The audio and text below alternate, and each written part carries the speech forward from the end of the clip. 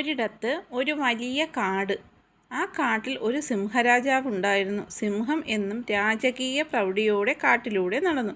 ഒരു ദിവസം സിംഹം ഒരു മരച്ചുവട്ടിൽ നല്ല ഉറക്കത്തിലായിരുന്നു. അപ്പോൾ ഒരു ചെറിയ എലി സിംഹത്തിൻ്റെ ദേഹത്തു കൂടി ഓടി. ഞെട്ടി എഴുന്നേറ്റ സിംഹത്തിന് ദേഷ്യം വന്നു. "എൻ്റെ ഉറക്കം കളഞ്ഞോ നീ?" എന്ന് ചോദിച്ചു സിംഹം എലിയെ പിടികൂടി. എലി പേടിച്ച് വിറച്ചു. "രാജാവേ, എന്നെ വെറുതെ വിടണേ.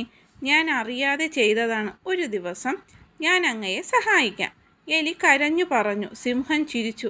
"നീയോ എന്നെ സഹായിക്കാൻ? നീ ഒരു ചെറിയ എലിയല്ലേ?" എങ്കിലും സിംഹം എലിയെ വെറുതെ വിട്ടു. കുറച്ചു ദിവസങ്ങൾക്ക് ശേഷം ഒരു വേട്ടക്കാരൻ കാട്ടിൽ വന്നു സിംഹത്തെ പിടിക്കാൻ. അയാൾ ഒരു വലിയ വല വിരിച്ചു. ഭക്ഷണം തേടി നടന്ന സിംഹം ആ വലയിൽ കുടുങ്ങി. സിംഹം രക്ഷപ്പെടാൻ ഒരുപാട് ശ്രമിച്ചു.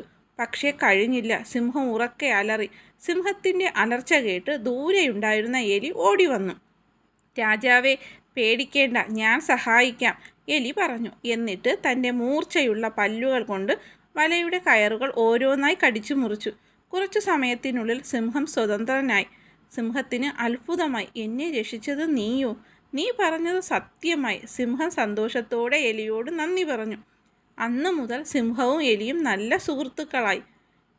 ഈ കഥയിൽ നിന്നും നമുക്ക് ലഭിക്കുന്ന ഗുണപാഠം എന്തെന്ന് വച്ചാൽ, നമ്മൾ ആരെയും ചെറുതായി കാണരുത്. ചിലപ്പോൾ ചെറിയ ആളുകൾക്ക് പോലും വലിയ സഹായങ്ങൾ ചെയ്യാൻ കഴിയും.